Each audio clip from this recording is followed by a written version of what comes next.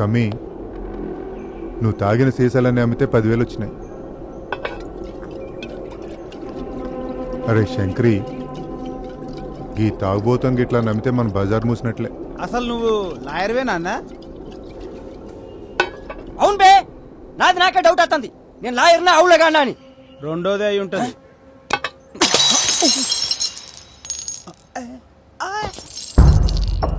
ప్రతి ఓడు సెక్షన్లు చెప్పుడే.